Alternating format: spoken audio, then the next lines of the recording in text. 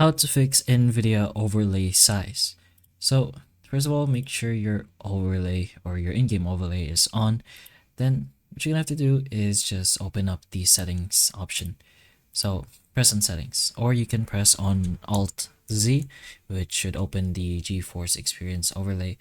You're gonna have to go to the HUD layout to pretty much alter or change the overlay settings. So for your camera, you can go ahead and change whichever position you want it, and the size. You have the status indicator if you want it on or off. The performance as well, you can choose from FPS to latency, but pretty much depends on you if you want it on and off. Or again, you have viewers and comments, but this is pretty much one of the only ways you can change or alter the overlay and how it looks in your GeForce experience or on your NVIDIA. That's pretty much how you fix your overlay size in NVIDIA. So hopefully the information of this video can help you, and if it can, please like and subscribe for more videos like this, and that's all.